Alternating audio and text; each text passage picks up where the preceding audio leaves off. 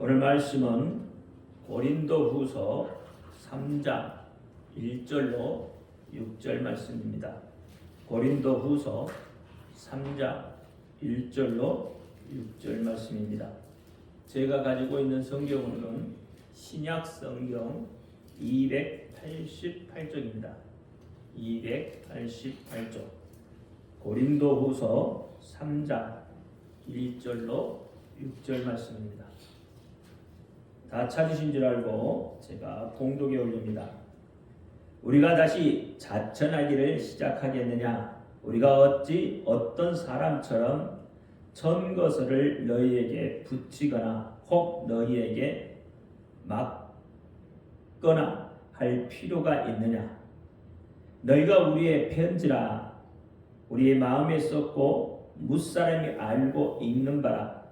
너희는 우리로 말미암아 나타난 그리스도의 편지이니 이는 먹으로 쓴 것이 아니요 오직 살아계신 하나님의 영으로 한 것이며 또 돌배에 쓴 것이 아니요 오직 육의 신비에 한 것이라. 우리가 그리스도로 말미암아 하나님을 향하여 이 같은 확신이 있으니 우리가 무슨 일이든지 우리에게 난 것 같이 생각하여 스스로 만족할 것이 아니니 우리의 만족은 오직 하나님께로서 났느니라.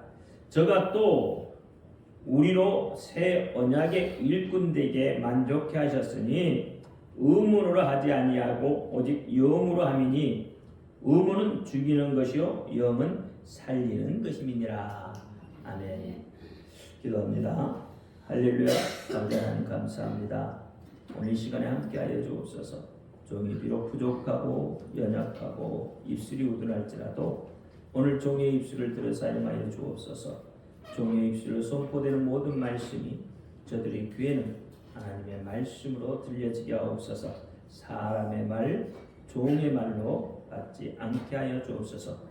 오늘도 깨닫는 은혜 주실 줄 믿사오며 우리 주 예수 그리스도 이름으로 감사하며 기도하옵나이다. 아멘.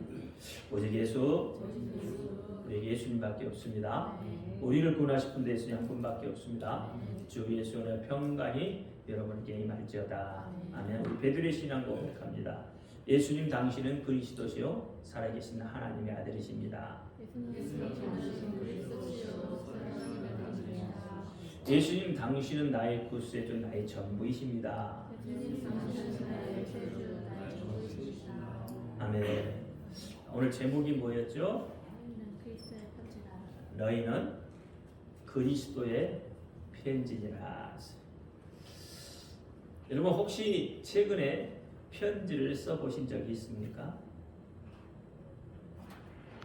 편지란 말이 참 아득한 옛날 이야기처럼 들려집니다.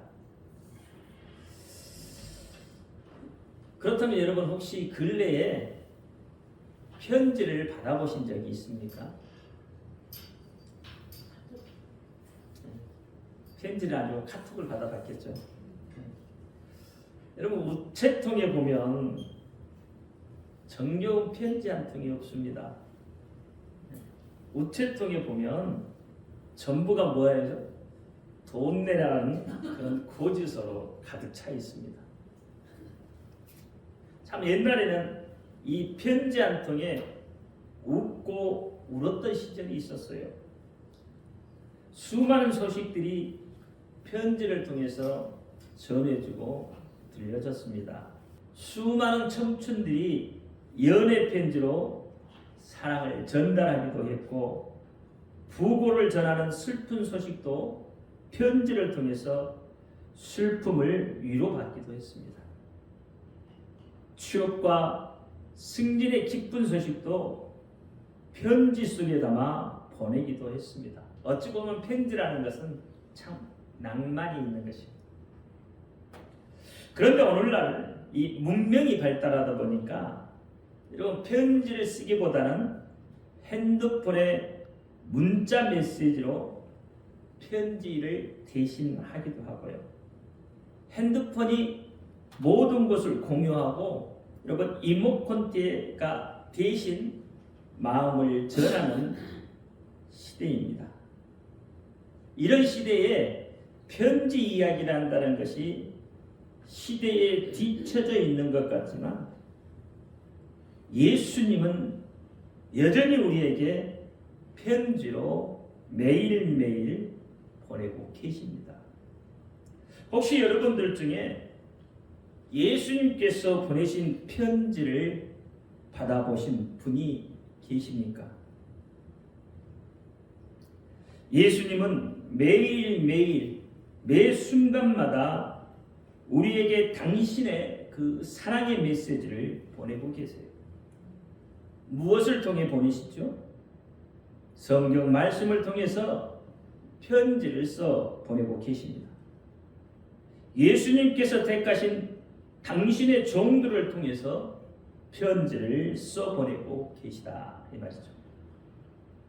여러분이 병들어 아파할 때 치료의 편지를, 힘들고 괴로워할 때 위로의 편지를, 낭망하고 좌절하고 앉아있을 때 용기 내어 일어설 수 있도록, 기뻐하고 즐거워할 때 함께 기뻐하고 즐거워하면서 축하와 격려를 담아서 이 시간에도 여전히 우리에게 편지를 보내고 계십니다. 그런데 왜 우리가 예수의 편지를 받아보지 못하고 있다고 합니까? 수취인 미상이라든지 아니면 수취인이 아무도 모르게 주소를 옮겼거나 누군가가 그 편지를 가로채갔거나 수취인이 일부러 받지 않으려고 피하고 있기 때문일 것입니다.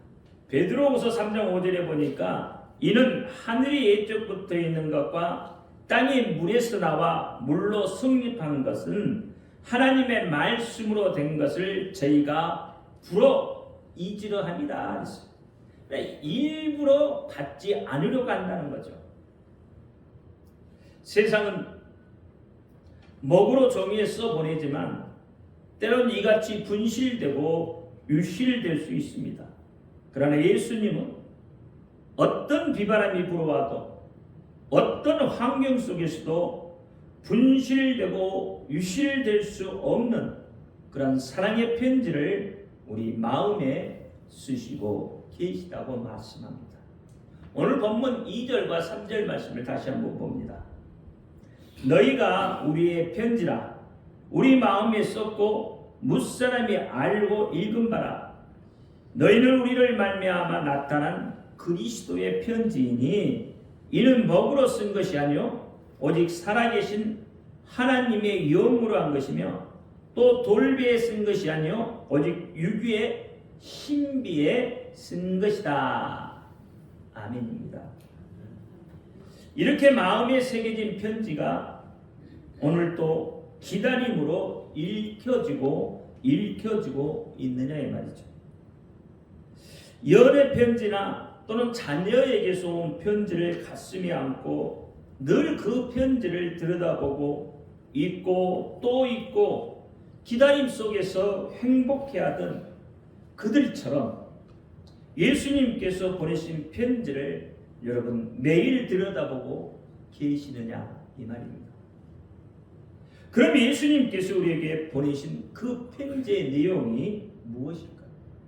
생명에 관한 내용입니다. 영생을 주시겠다고 합니다. 여러분의 행복을 주시겠다는 거죠. 편지를 통해서 우리에게 무엇을 약속하고 계십니까? 하나님께서는, 예수님께서는 우리 인간에게 두 가지 약속을 주시면서 기다리라고 하셨습니다. 여러분, 복음이라는 것은 율법이라는 애언에 기초하는 것이에요. 그러니까 예수 그리스도가 이 땅에 오셨을 때 이 애언의 기초에서 복음도 복음으로서의 가치가 있는 것이죠.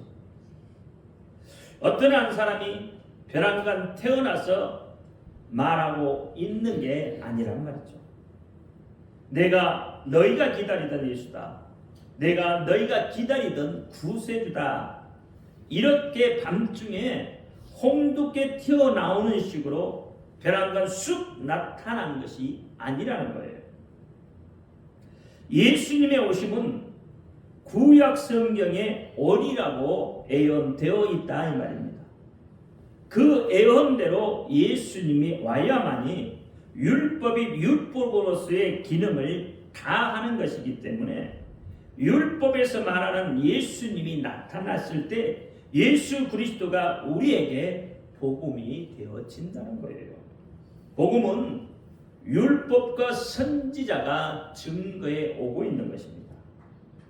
성경은 구약 성경과 신약 성경으로 되어 있습니다. 그러니까 구약 성경과 신약 성경의 돌림자가 뭐죠? 약자죠. 약자입니다. 근데 이 약자라고 하는 것이 약을 파는 약자가 아니에요. 그러니까 소화제도 팔고 두통약도 팔고 수면제도 파는 그런 약방의 약자가 아니라는 거예요. 그럼 무슨 약자냐? 약속의 약자라는 겁니다. 그러니까 성경 말씀을 통해서 구약과 신약을 통해서 우리에게 약속을 말해주고 있다는 거예요. 구약 성경은 옛날 약속이죠. 오래된 약속이에요. 신약 성경은 새로운 약속에 대해 써놓았다 이 말입니다. 다시 말하면 구약 성경은 먼저 하신 약속, 하나님이 인간에게 먼저 하신 약속이고, 신약 성경은 예수님이 하나님이 새롭게 하신 약속이라는 뜻이에요. 어떤 분들은 그렇게 이야기합니다. 성경에 하나님이 인간에게 하신 약속이 36,000여 개가 넘는다고 말을 해요. 그러나 이 36,000여 개가 넘는 이 약속을 딱 크게 두 가지로 분리할 수가 있는 거예요. 무엇을 말하고 있죠? 구약 성경은 오래된 약속이에요. 먼저 한 약속이에요. 신약 성경은 새로운 약속이에요. 그러니까 성경은 딱 이 두 가지 약속으로 이루어져 있다는 거예요. 첫째, 오래된 약속, 먼저 된 약속이 무엇입니까? 어떤 약속이죠? 여러분 너무나도 잘 아시잖아요. 예수라고 하는 분이 오신다는 약속이겠죠. 이분이 우리의 구세주가 될 뿐이고, 우리에게 평화를 주고 기쁨을 주고 사랑을 주려고 오신다는 거예요. 우리를 하나님과 만나게 하시고 하나님과 조화롭게 그렇게 역할을 하시고 우리를 영원히 살게 하시는 구세주 메시아가 오신다는 약속이 구약 성경에 써 있다 이 말입니다. 사람들은 세상의 소리를 듣습니다. 여러분 집에 들어누워서도 그게 쥐 소리인지 자녀가 부르는 노랫소리인지 금방 구별해낼 수 있죠. 우리가 하나님의 음성을 구별할 수 있다는 것, 우리 귀로 하나님의 음성을 들을 수 있다는 것은 여러분 굉장한 축복입니다. 구약은 이 약속을 인간에게 들려주고 계속해서 들려주고 있습니다. 구약 성경에 오실 예수를 약속하고 있다는 것을 여러분 모른다면 구약 성경을 정확하게 이해할 수 없습니다. 기다린 것을 모르게 된다는 거죠. 구약에 많은 재미있는 이야기들이 있지만 그 이야기들로 끝나버린다는 이야기예요. 그러니까 성경이 어때요? 어떤 재미있는 이야기로 끝나버리는 거예요. 여러분에게 아무런 유익이 되지 못하는 거예요.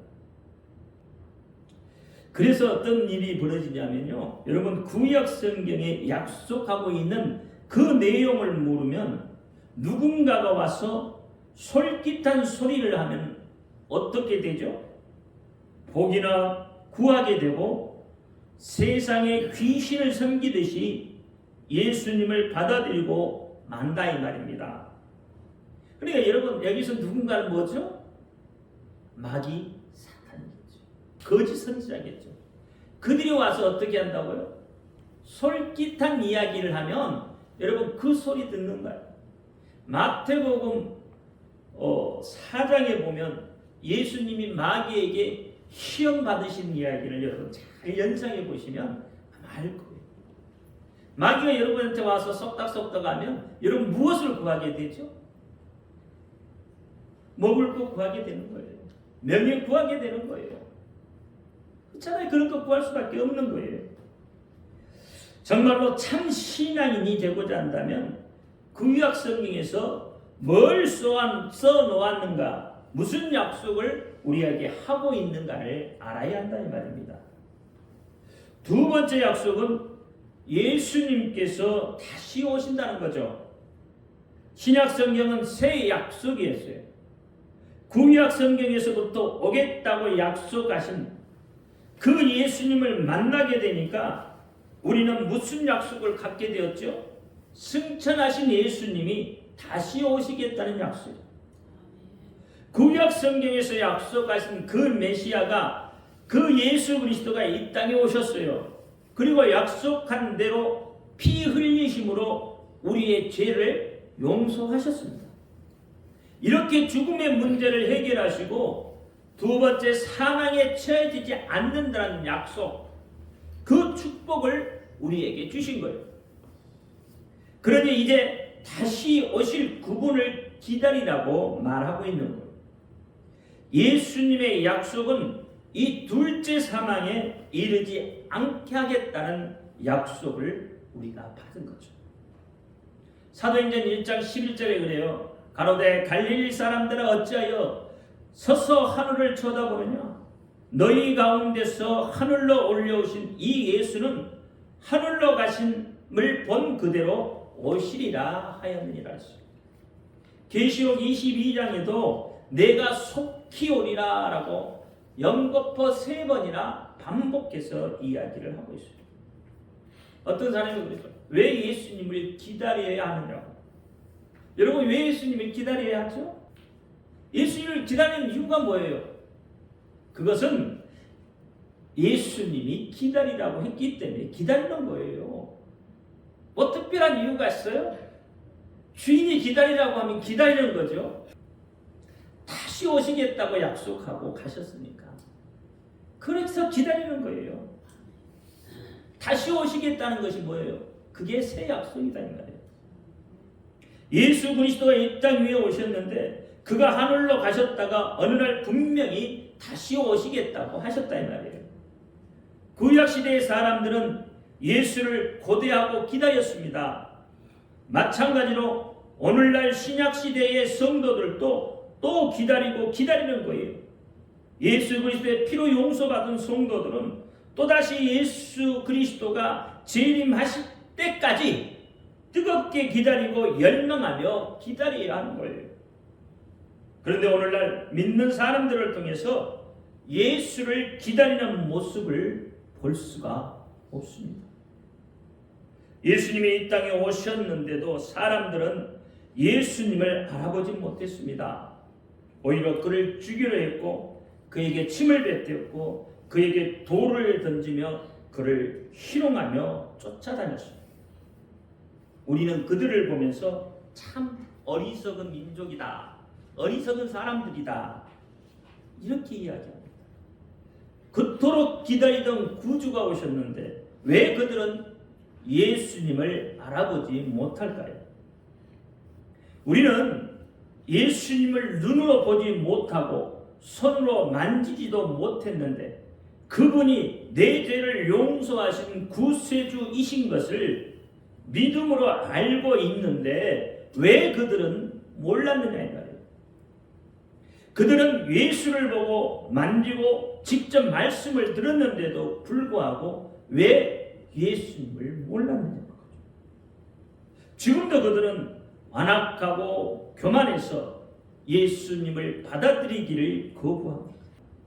그들을 보면서 우리 참 어리석은 민족이다, 어리석은 사람들이다 그렇게 말하지만 우리도 지금 다시 오실 예수를 기다리지 않는다면 그들과 무엇이 다르겠느냐.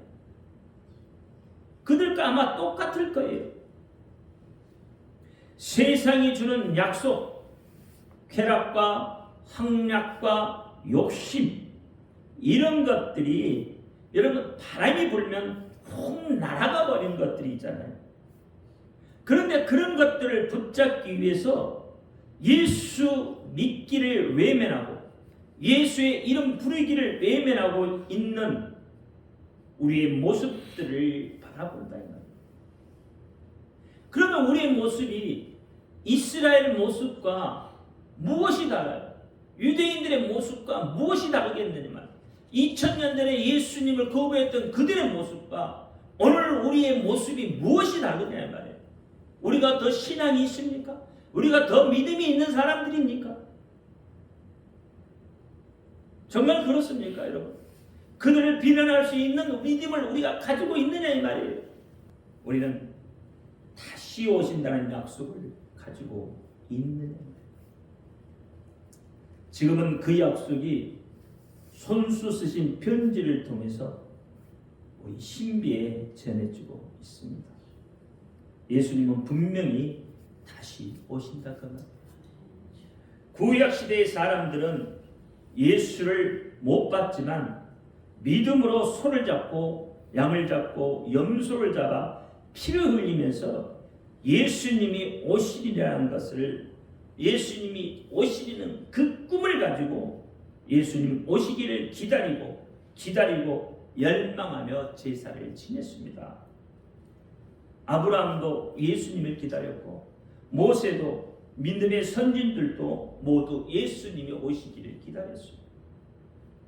히브리서 11장 26절에 그리스도를 위하여 받는 능력을 애굽의 모든 보화보다 더 큰 재물로 여겼으니 이는 상주심이심을 바라봅니다. 모세가 누구 때문에 고난을 받았을까요? 이스라엘 백성 60만 대군을 이끌고 나오기 위해서 고난을 받았다고 성경에서 말하고 있잖아요. 바로 예수 그리스도를 위하여 능력을 받았다고 말하고 있는 거죠.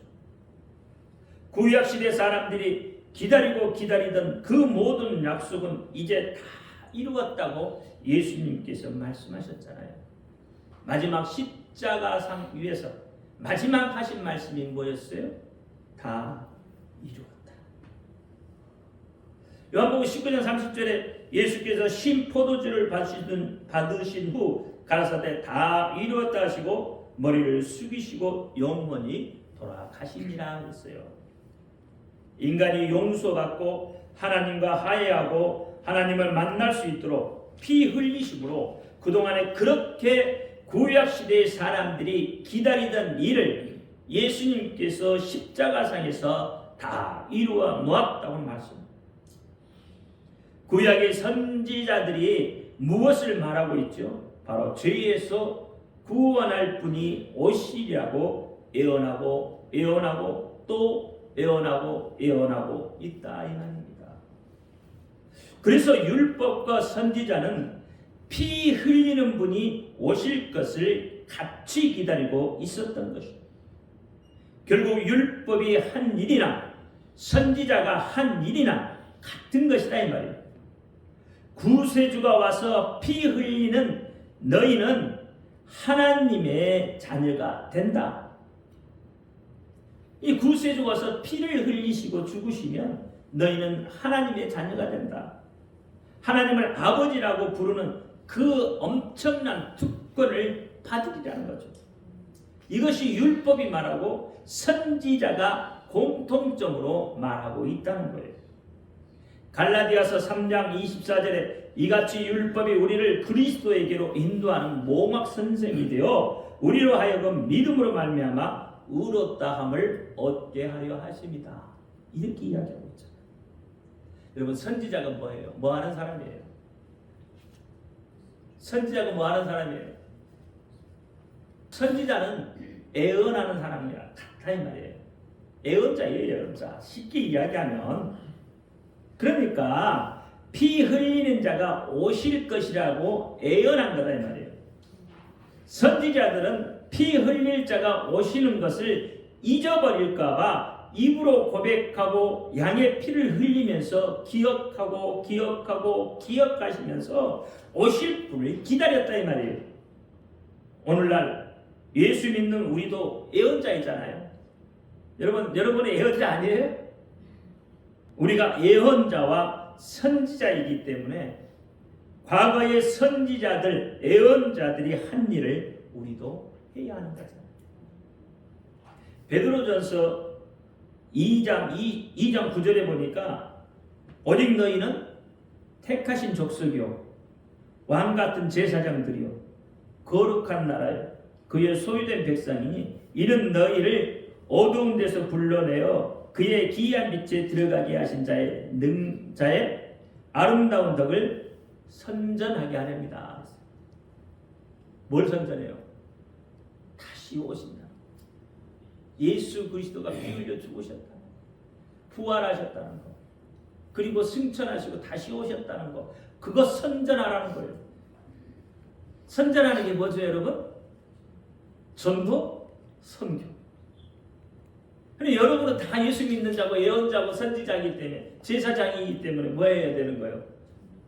선전해야 돼. 누구를? 예수를. 누구에게? 믿지 않는 사람에게. 그리고 또 하나의 약속을 주셨습니다.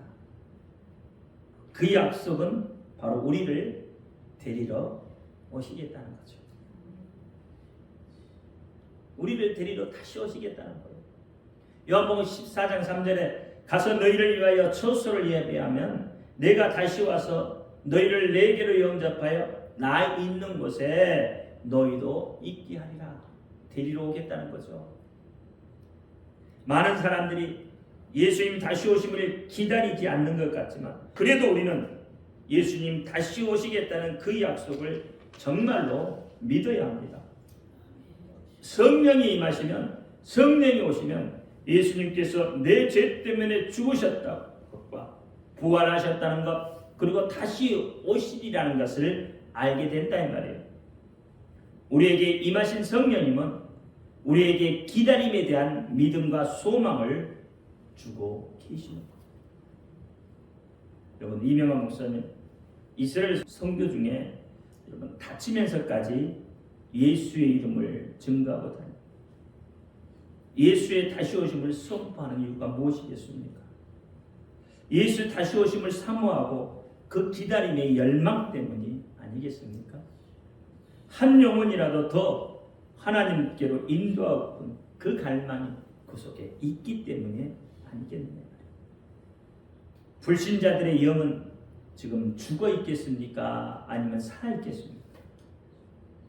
불신자들의 영은 죽어 있습니다. 그러니까 자기 사정을 모르죠.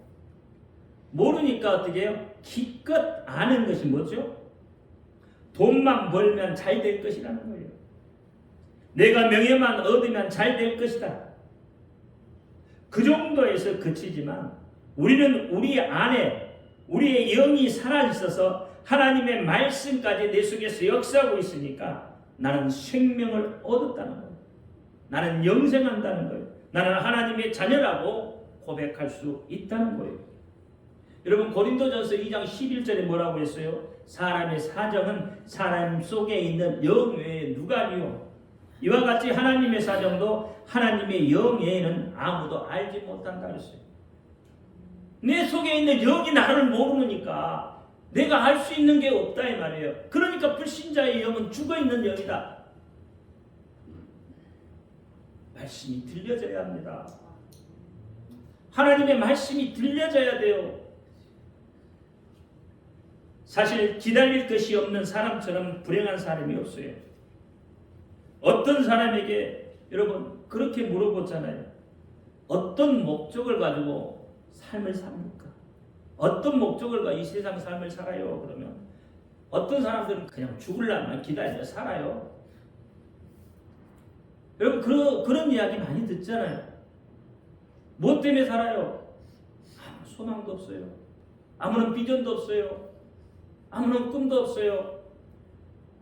그냥 오늘 하루 마지 못해 살아요. 그 말은 뭐예요? 죽기 위해 산다. 얼마나 부참한지. 꿈 없이 사는 거, 비전 없이 사는 거 얼마나 비참한 인생이냐 이 말이에요. 이 인생이 천국 갈 수 있겠어요? 천국은 꿈에도 못 꾸는 거예요. 여러분은 그렇게 살지 않으시잖아요. 기다림 속에 사시잖아요. 꿈을 가지고 기다림 속에 살고 있잖아요. 우리는 신랑 되신 예수님을 기다리는 겁니다. 하늘로 가신 예수님이, 하나님 아버지께로 먼저 가신 예수님이 우리에게 약속하셨어요.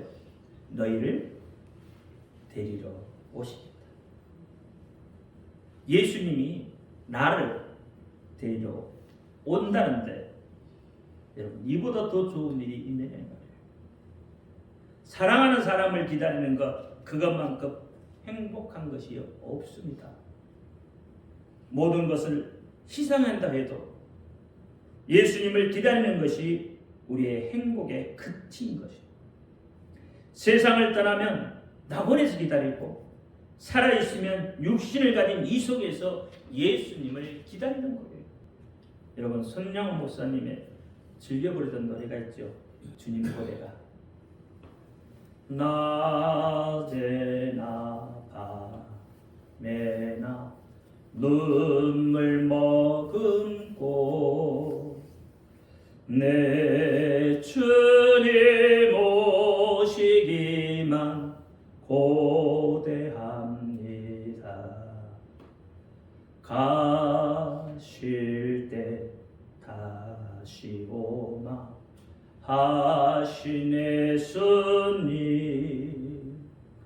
오 주여 언제나 오시렵니까? 기다리고 기다리고 기다립니다. 오 주여 언제나 오시렵니까? 우리에게 기다리는 소망, 새 약속을 주셨어요. 약속을 기억하는 자에게 복이 있는 거예요. 신랑이 먼저 가시더니 편지를 보내왔습니다. 내가 널 데리러 올 것이다. 잊어버릴까봐 편지로 알려주시는 것. 여러분, 제가 지금 무엇하고 있습니까? 제가 지금 무엇하고 있어요? 편지를 전해주고 있는 거예요. 우리의 신랑 되신 분의 편지를 전하고 있다는 말이에요. 다시 오신다고 하신 그 편지를 여러분에게 알려주고 있는 거예요. 우리는 소망을 가지고 기다리면 됩니다. 예수님 그분을 기다리자, 그 말이죠. 오늘 본문 2절 3절 보시면 너희가 우리의 편지라고 했어요. 너희는 우리로 말미암아 그리스도의 편지니라. 우리는 편지입니다. 하나님께서, 예수님께서 믿는 사람 각자 이름이라는 편지지에다가 써 보내시고 계신 거예요. 이 말이 무슨 말이에요? 자기 이름이라는 편지죠. 그 속에 예수님의 사랑, 그것을 써 내려가고 있다는 거예요. 얘야, 이걸 한번 읽어봐라. 아니래요. 그 편지를 받아보는 사람이 편지보다는 여러분 집문서나 증권부터 챙기고 편지는 내팽개친다면 그 신랑이 얼마나 에이, 오긴 뭘 와. 다 거짓말이야. 안 올 거야.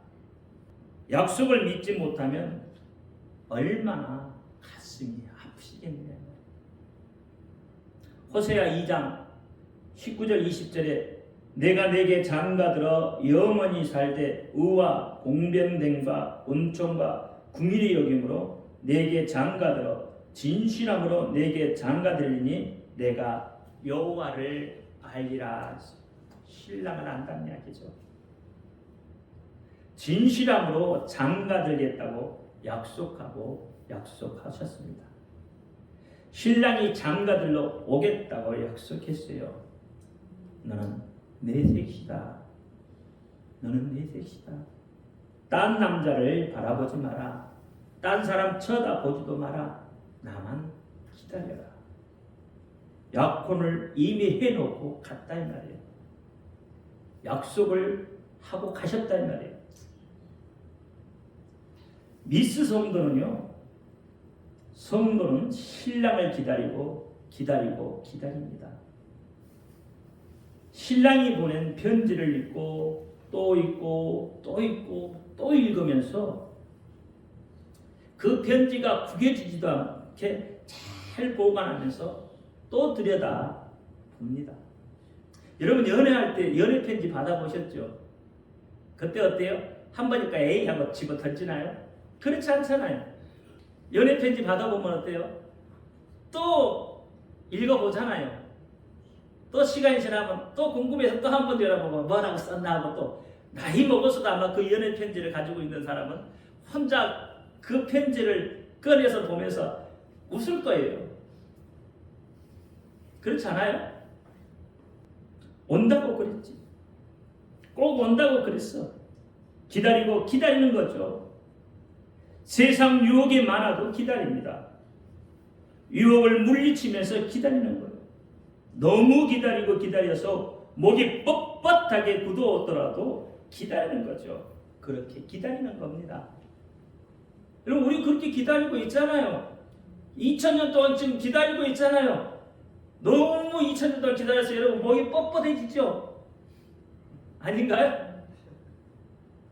그런데 미스 타락은요, 신랑이 올지 안 올지 확실히 모른다는 거죠. 그렇게 기다리다가 괜히 목만 늘어나는 건 아니에요. 그렇게 생각하고 있을 때 마침 미스터 권력이 찾아왔습니다. 야! 이리 와서 나하고 놀자. 미스 타락은 미스터 권력의 그 한마디에 넘어가서 그와 함께 재미나게 노는 거예요. 미스터 권력하고 신나게 놀다가 또 실증 나니까 바로 쫓겨나요. 그러더니 그 다음에는 미스터 재물이 찾아옵니다. 나에게로 와라. 그러니까 또 미스터 재물한테 가서 붙었다가 거기서 또 쫓겨나더니 그 다음에는 미스터 허영이 찾아옵니다. 그래서 여러분 미스 타락은요, 권씨, 제씨, 허씨하고 신나게 노는 거예요. 그렇지만 미스 성도는 처음 마음을 변하지 않고 신랑을 하염없이 기다리고 또 기다리는 거예요. 고독하고 쓸쓸한 빈들판에서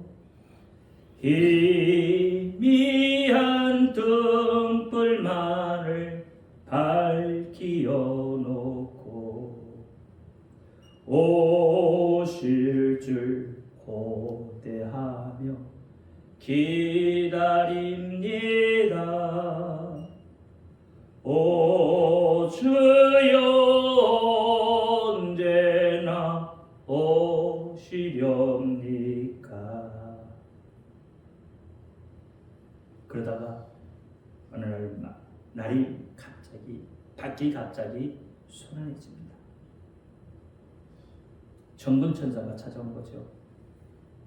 미스 성도는 예쁘게 차려입고 혼인 준비를 하기 시작합니다. 그런데 미스 타락은 그때까지도 늦잠을 느려지게 자다가 일어나서 눈곱이 붙인 채 물어봅니다. 아이, 밖에 이렇게 소란스러워. 혼인잔치 한대요. 왜 나한테는 알리지도 않고 저희들끼리만 잔치를 연대? 뭐야? 신랑이 왔대요. 미스 성도가 지금 혼인하려고 해요. 그래서 너무 기뻐 뛰느냐라고 이렇게 소란스러운 거예요. 미스 성도는 또 누구냐? 그리고 밖을 내다보니까 자기가 기다리던 그 신랑인 거죠. 아, 저 신랑 나도 기다렸어. 저 사람 내 신랑이야. 문을 열고 나가려고 보니까 발가벗고 있는 거예요. 그래서 부끄러워서 도로 들어갑니다. 그런데 또 나가고 싶어서 문을 열다가 자기를 보니까 또 부끄러운 거죠. 그래서 성경에서는 뭐라고 말해요? 벌거벗고 다니지 말라고 말씀하는 거예요. 계시록 19장 8절에 그러잖아요. 그렇게 허락하사 빛나고 깨끗한 새 마포를 입게 하셨은즉 이 새 마포는 성도의 옳은 행실이다 했어요. 오실 분을 기다리면서 그를 위해서 애쓰고 힘쓰며 사는 것이 우리에게 새 마포가 된다고 말씀합니다. 문을 열어놓고 나오라고 아무리 불러도 미스타락은 벌거벗었기 때문에 도저히 창피해서 나가지 못하죠. 아이고 창피해. 눈금은 또 어떻게? 아유 창피해. 문을 열어놔도 나갈 수가 없어요. 그러니 이를 갈며 울고 원망한다고 성경에 말하고 있잖아요. 이게 무슨 내용이에요? 마태복음 25장 열전의 비유인 거예요. 구약 성경은 예수님께서 오셔서 피 흘릴 것을 약속했습니다. 신약 성경은 구원받은 우리를 데리러 오신다고 약속하셨습니다.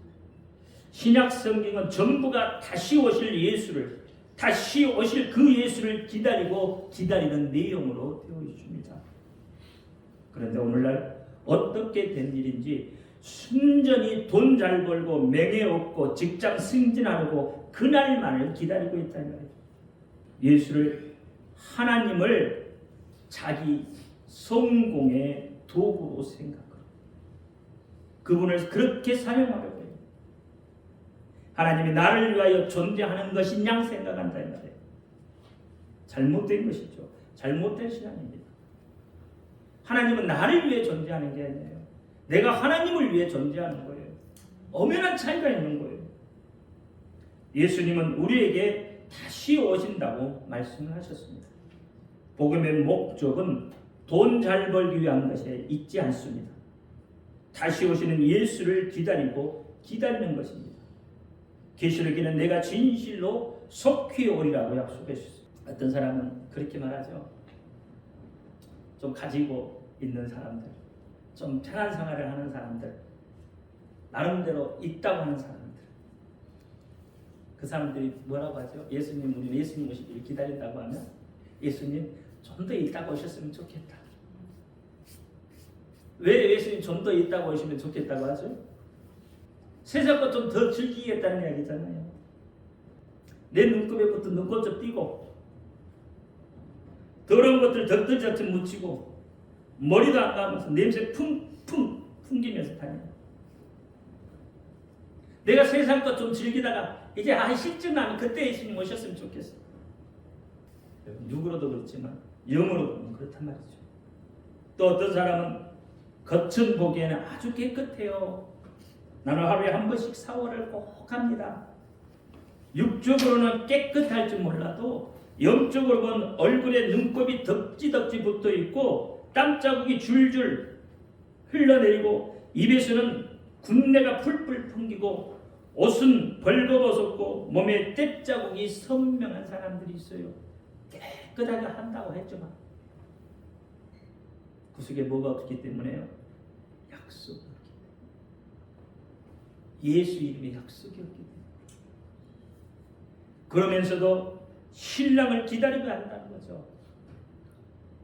신앙생활을 어떻게 하는 거예요? 종교생활도 하는 거예요. 그렇게 해서 여러분 시집갈 수 있겠느냐? 우리는 기다려야 합니다. 아멘. 주 예수여 오시옵소서.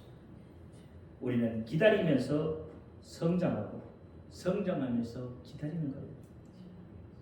내 신랑 되시는 예수 어서 오시옵소서. 속히 오시옵소서. 이 편지가 여러분의 가슴 속에 전달되기를 예수 이름으로 축원합니다. 기도합니다. 할렐루야. 아버지 하나님 감사합니다. 오늘 너희는 그리스도의 편지라는 내용으로 은혜를 나누었습니다. 예수님의 편지가 오늘 우리 속에 온전히 전달되고 예수의 마음이 전달돼서 우리의 신랑 되신 예수를 기다리는 그 기다리는 소망과 기다리는 믿음으로 오늘 행복해져서 살 수 있는 우리가 되게 하여 주옵소서. 주 예수 그리스도 이름으로 감사하며 기도하옵나이다. 아멘.